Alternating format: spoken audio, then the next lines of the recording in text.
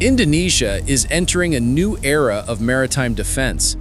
This is the KSOT-008, an unmanned autonomous submarine developed by PT PAL, revealed during the Indonesian Armed Forces' 80th anniversary. And no, this isn't your typical underwater drone. It comes with autonomous navigation, onboard AI, and multiple mission variants, including reconnaissance, mine countermeasures, and one-way strike roles.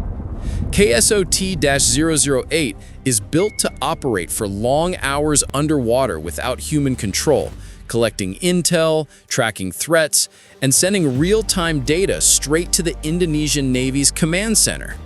Some reports even claim its offensive variant can carry black shark torpedoes, turning it into a silent underwater hunter. The most surprising part?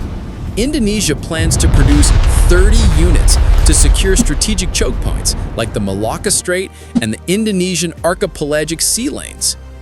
A fleet of autonomous submarines patrolling these waters could change the entire security landscape in Southeast Asia.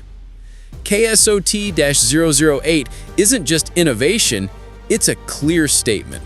Indonesia is serious about building the future of underwater warfare.